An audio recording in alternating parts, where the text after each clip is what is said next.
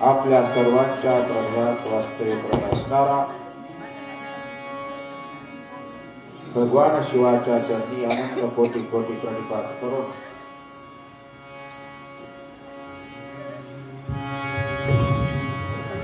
भगवान शिवाच्या मुखातून त्या पंचाचार्यांचा उगम त्या पाचही जगद्गुरूच्या चरणी अनंत कोटी कोटी प्रणिपात करून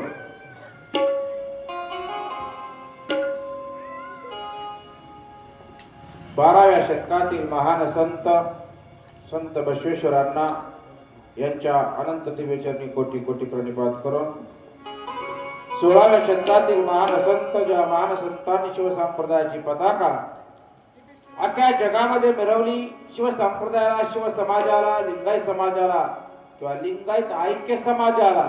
स्वामी चुकलं तर सांगतो, आता तुम्ही माझे घाम सुटायला लागले मला.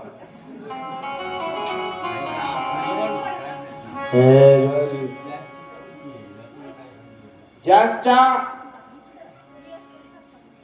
प्रचाराने आणि प्रसाराने लिंगायत समाजाला लिंग ऐक्य लिंग कुणाला म्हणायचं, ज्याने लिंग आयात केला तो कोणत्या समाजाचा आहे, कोणत्या जातीचा आहे याच काही घेणं नाही. लक्षात घ्या, ज्या बसवेश्वर अण्णांनी अनेक समाजाची लोक एकत्र केली आणि सामुदायिक इष्ट लिंग पूजा ज्यांनी, मला वाटतं पहिल्यांदा बसवेश्वर महात्मा बसवेश्वर अण्णांनी सामुदायिक इष्टलिंग पूजा आणि स्त्री आणि पुरुष मला वाटतं समान हक्क नागरिक आहे त्या टायमाला केला. आता काय मला सांगता येणार ना काय होईल ती, पण त्या टायमाला ज्या ठिकाणी स्त्रीला येता येत नव्हतं त्या ठिकाणी स्त्रीला आणण्याचं काम जर कोणी केलं असेल तर ते महात्मा बसवेश्वर अण्णांनी केलं. असे महान संत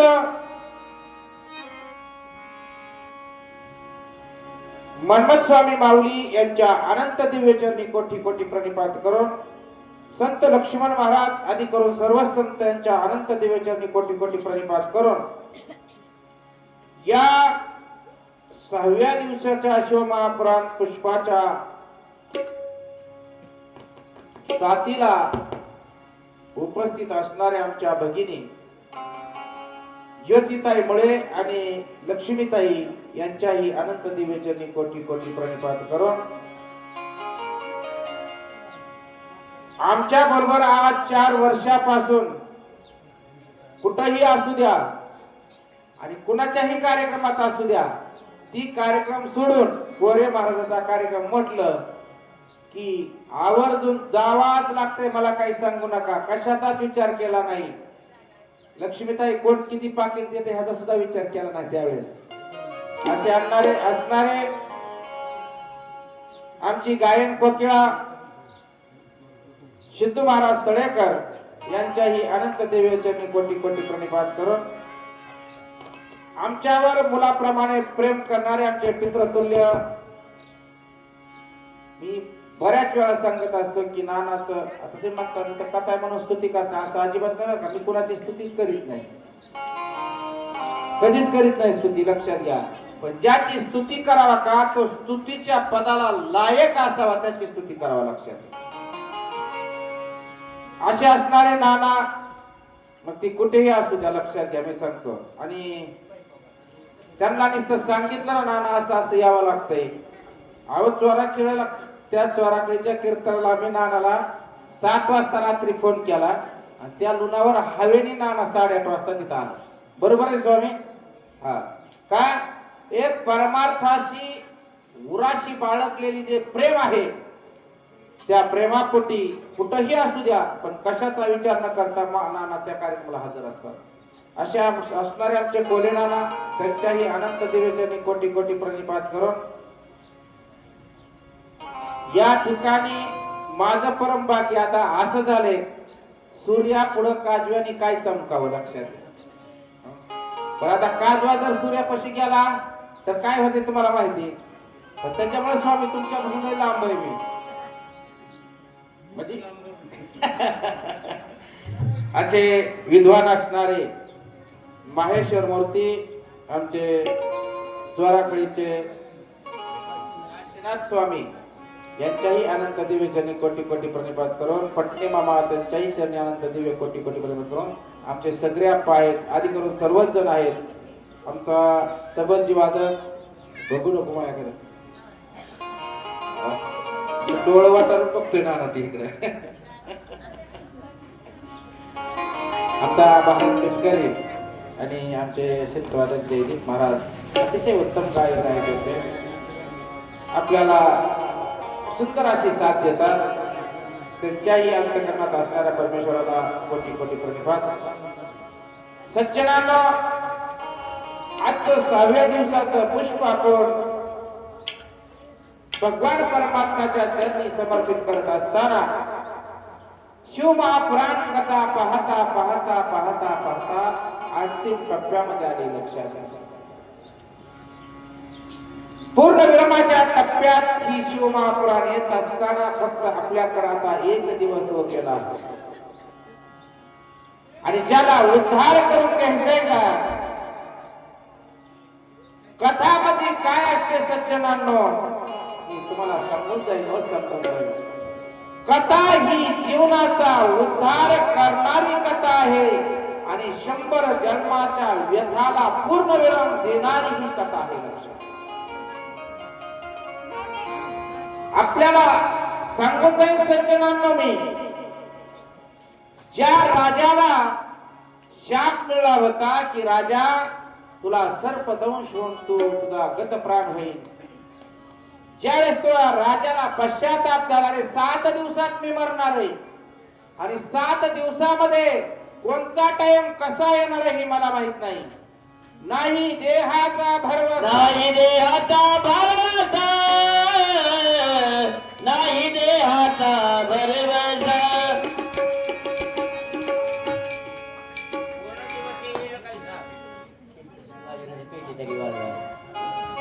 स्वर स्वर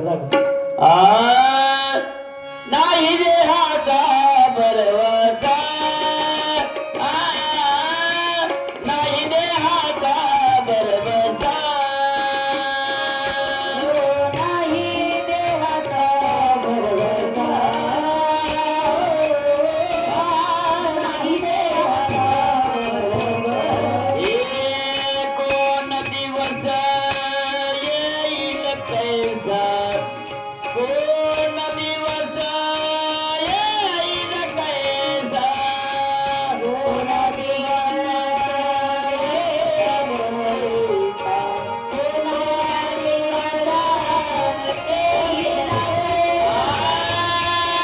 नाही देहाचा भरवसा,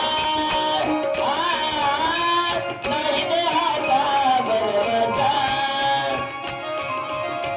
नाही देहाचा भरवसा, नाही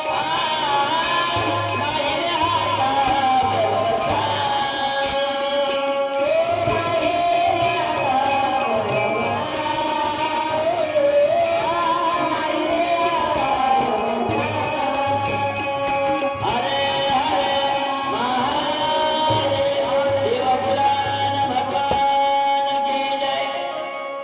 सज्जनांनो नाही देहाचा भरवसा आणि कोण दिवस येईल कैसा. त्याच्यामुळे सज्जनांनो क्षणोक्षणी हाची करावा विचार आणि तरावया पार. पार भव सिंधू. मी सांगत होतो सज्जनांनो, कथा ही अगम्य असणारी कथा आहे.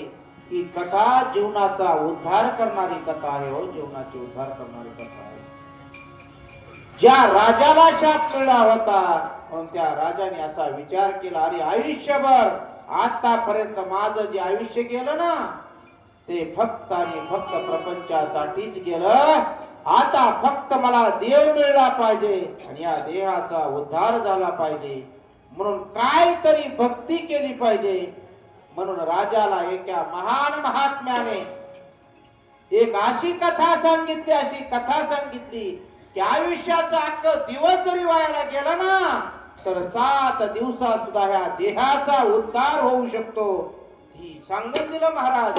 त्यावेळेस ती कथा शुकजी महाराज आपल्या मुखातून परीक्षिती राजाला सांगतात आणि परीक्षिती राजाचा उद्धार फक्त 7 दिवसात होतो महाराज. त्याच्या पलीकडे जाऊन सांगन, अरे एका मिनिटात सुद्धा जीवाचा उद्धार होतो, पण त्या जीवाची अवस्था देवापर्यंत गेली पाहिजे. 1 तास उरला खट्वांगरायाशी.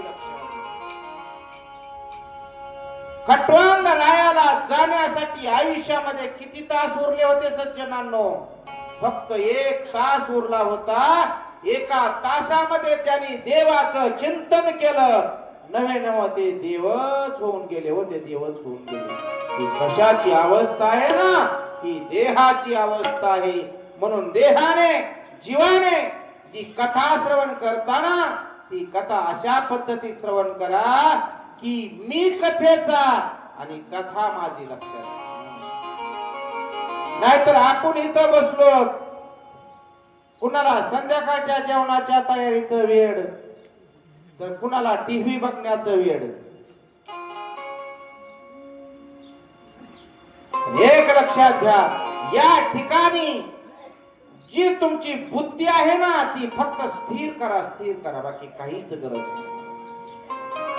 सज्जनांनो, सांगत होतो आपण कालच्या सत्रामध्ये सतीचा, दक्ष प्रजापतीच्या यज्ञामध्ये सतीने आहुती दिली. ज्यावेळेस सती आहुती देती, त्यावेळेस सती महाराज सांगते की जन्मोजन्मी हाच पती मला मिळतो. कोण सांगते? सती सांगते. सज्जनांनो, मला वाटतं 3-4 दिवसापूर्वी सुद्धा बोलून गेलतो. आणि ही जी आहे का स्वामी, ही पती मागण्याची प्रथा आहे ना आप्पा, ही देवादिकापासूनच आली. लक्षात घ्या. हा, एक आपला पती कसा जरी असला, सज्जनांनो सांगून जाईन, या ठिकाणचं सोडून द्या, पण आपला पती दारुड्या जरी असला तरी आपण वड सावित्रीच्या पौर्णिमेला त्याचीच मागणी करतो का नाही? निष्ठता. अरे, त्याचा त्याग नाही. पती हा कसा आहे माहिती का? पती हा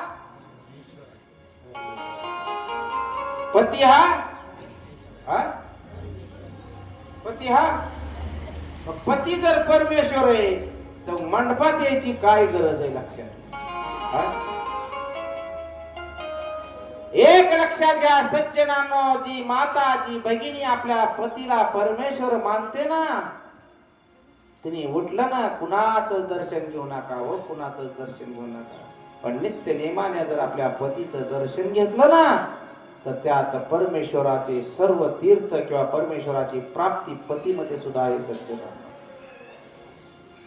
पण आता नाही सांगता येत. पण पहिला आता मी स्वामीला सांगितलं त्या दिवशी चोराखळीमध्ये, स्वामीने सांगितलं तळेकरांना, लक्ष्मीताई लग्न झालं, स्वामी म्हणजे मी 10 वर्ष आमच्या पत्नीवर बोलत नव्हतो.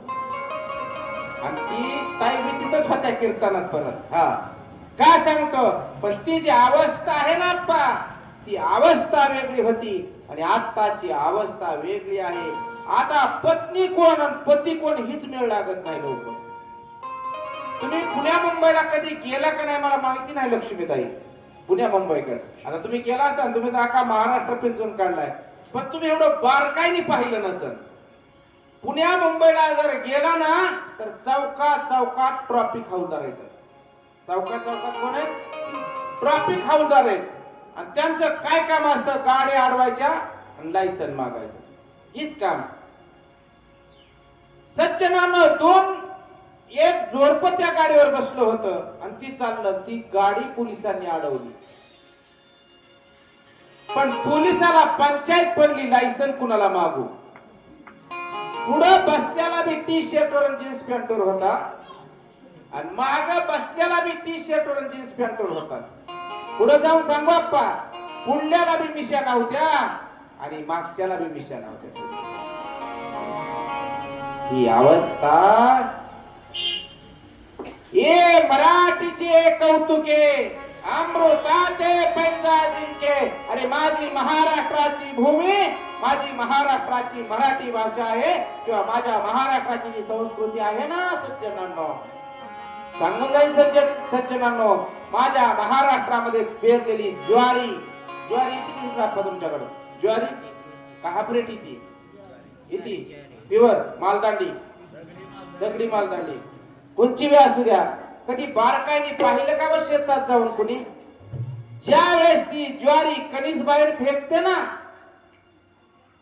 ज्वारी कणीस बाहेर फेकते ना, तर कणीस बाहेर यायच्या आधी ती पदर पांघरलेली असते व ती पदर पांघरलेली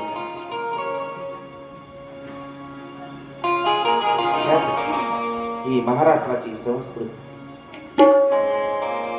सज्जनांनो, कालचा जो भाग आहे ना, या दक्ष प्रजापतीच्या यज्ञामध्ये आहुती आणि त्या ठिकाणी महाराज वीरभद्राचा अवतार झाला. वीरभद्राने दक्ष प्रजापतीचं मुंडक छाटले आणि देवताच्या अग्रास्तव भगवान शंकराने वीरभद्राला कशाचं मुंडक बसवलंय? येडक्याचं. आलं का? येळक्याचं मुंक बसवलंय. मला सांगा दक्ष प्रजापती हा भगवान शंकराचा कोण आहे? सासरा आहे. सती कोण होती? हा? सती कोण होती? सती पत्नी होती, बायको होती. पण एक लक्षात घ्या, पत्नीने सुद्धा पतीवर अविश्वास दावला. काही सांगतो लक्षात घ्या, महत्वाचं चिंतन आहे. पत्नीने देवावर अविश्वास दावला, लगेच देवाने पत्नीचा सुद्धा त्याग केला. अरे आपण जर देवावर अविश्वास दावला ना, तर देव आपला लगेच त्याग करणार आहे. हो, लगेच त्याग करणार आहे. म्हणून देवावर सज्जनानो त्याग करू नका. देव कसा आहे? देव सत्य आहे, देव सुंदर आहे. सत्यं शिवं सुंदरं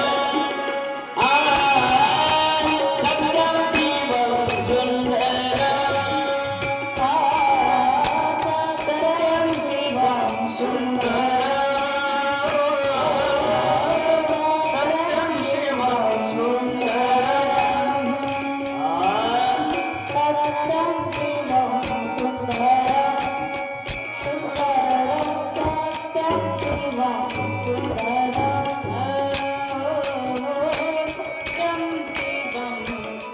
सुंदरं सत्यं शिवं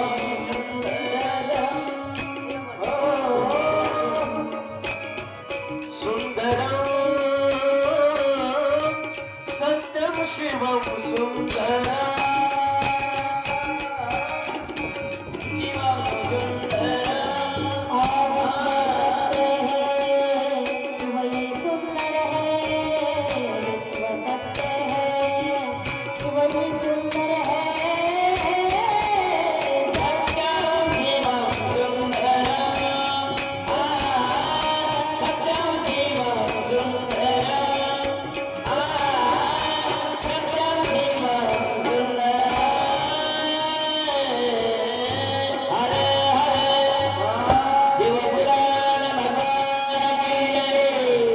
देव कसा आहे? देव सत्य आहे, देव सुंदर आहे. सत्यम शिवम सुंदर. आलं का लक्षात? म्हणून लक्षात घ्या की देवावर विश्वास कधी दावायचा नसतो. कथा इथपर्यंत येऊन ठेवली आणि नारदजी ब्रह्मदेवाला प्रश्न करतात, एखादी अशी कथा मला सांगा की ज्या कथेमध्ये ज्या भगवान शंकराचा आणि दक्ष प्रजापतीचा वाद झाला आणि त्या वादाच्या मध्ये सतीने काय केलं? आहुती दिली. मग भगवान शंकर तसेच राहिले का भगवान शंकराने परत एखादा विवाह केला? जर विवाह केला असेल तर एखादी अशी कथा मला तुम्ही श्रवण करा, असे नारदजी महाराज ब्रह्मदेवाला सांगतात. ब्रह्मदेव सांगतात, नारदा तुला मी पार्वतीच्या जन्माच्या आधीची, भगवान शंकराच्या लग्नाच्या आधीची कथा सांगतो की ज्याच्या उदरामध्ये ज्या पार्वतीने जन्म गेला, हिमवंत राजा पर्वत, तो हिमवंत राजा पर्वत महाराज असा होता की त्याच्या बाजूचा जो भाग होता ना, अतिशय सुंदर होता आणि त्या सर्व भागावर तो हिमवंत राजा राज्य करत होता. ज्या ठिकाणी ज्यांना साधना करायची आहे ना, तर त्या पर्वतावर सज्जनांमध्ये ऋषीमुनी साधना करायची, त्यांना सिद्धी त्या ठिकाणी प्राप्त होत होती. असा हिमवंत राजा, आणि त्या हिमवंत राजाच्या मनात एक असं आलं, अरे मला लग्न करायचं आहे. कुणाच्या मनात आलं? कुणाच्या? हिमवंताच्या.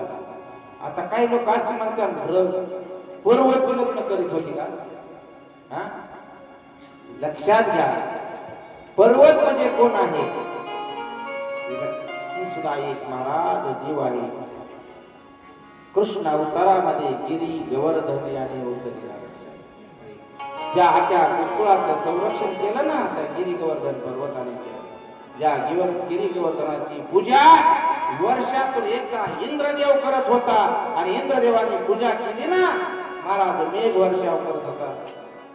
त्यावेळेस त्या हिमवंताची इच्छा अशी झाली की आपण लग्न केलं पाहिजे. म्हणून सर्व देव सज्जनांनो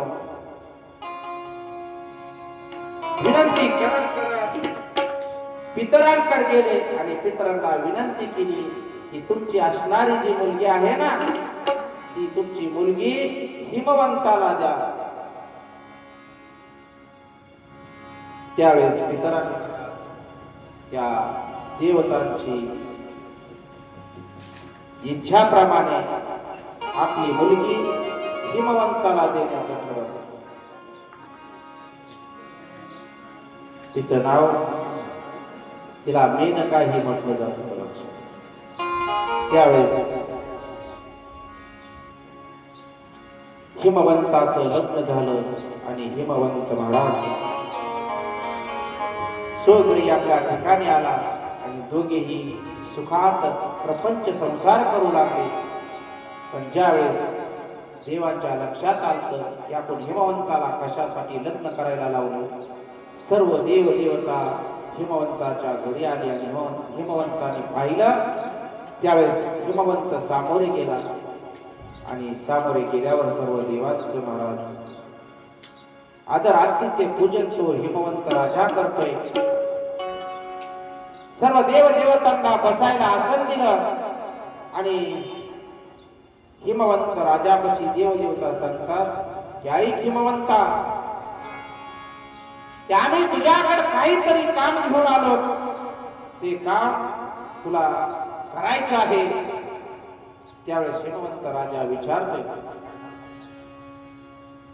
हे देवांना जे काम आहे ते नंतर पाहू, पण मी एवढा भाग्यवान आहे ना की तुमच्या आगमनाने तुमच्या चरणाचे रज माझ्या या राज्याला माझ्या राजवाड्याला लागले ना तर माझ्यासारखा भाग्यवान कोणी नाही. एक लक्षात घ्या, आपण देवाला आणण्यासाठी प्रयत्न करतो, फार महत्वाचा विषय.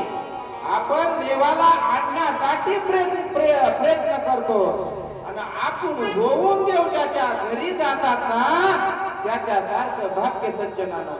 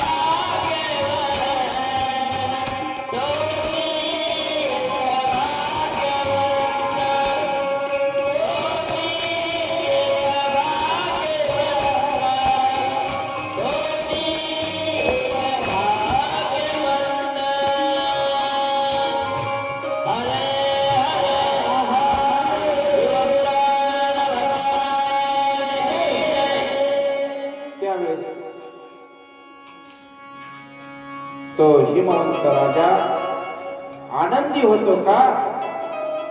देव घराला भक्ती सन्माने पूजिला. अलग लक्षात ठेवा. एका भावाने आणि भक्तीने देवाचं जर पूजन केलं ना तर देव प्रसन्न होतो. त्यावेळेस सगळे देव सांगतात की हे राजा, जी तुला एक कन्या दिली ना, कशासाठी दिली तुला माहित आहे? अशाच अजून 2 कन्या दिली त्या पितरांच्या दिल्यात ना, ती एक जनकाला दिली आणि दुसरी ज्याच्या पोटी राधेने जन्म घेतला ना, एक त्यांच्या घरी दिली. त्यावेळेस सांगितलं होतं की तुला जी दिलेली मुलगी आहे पितरांची, तिच्या उदरातून पार्वतीचा जन्म होणार आहे. जनकाला दिलेली जी मुलगी आहे ना पितरांची, तिच्या उदरातून सीतेचा जन्म होणार आहे आणि तिसरीचा होणार आहे ती राधा होणार आहे. लक्षात पार्वती ही भगवान शंकराला वरणार आहे, म्हणजे भगवान शंकराशी विवाह करणार आहे. सीता ही प्रभू रामचंद्राशी विवाह करणार आहे देव सांगतात. आणि राधा जी आहे ना, राधा ही राधा कृष्ण परमात्म्याची सखी म्हणून राहणार आहे. आणि कृष्ण परमात्म्यावरती राधा एवढं प्रेम करणार आहे, एवढं प्रेम की राधे सारखं प्रेम सज्जनांनो आतापर्यंत कोणीच देवावर केलं नाही हो, कोणीच केलं नाही. एवढं प्रेम राधेच्या कृष्ण परमात्म्यावर केलं.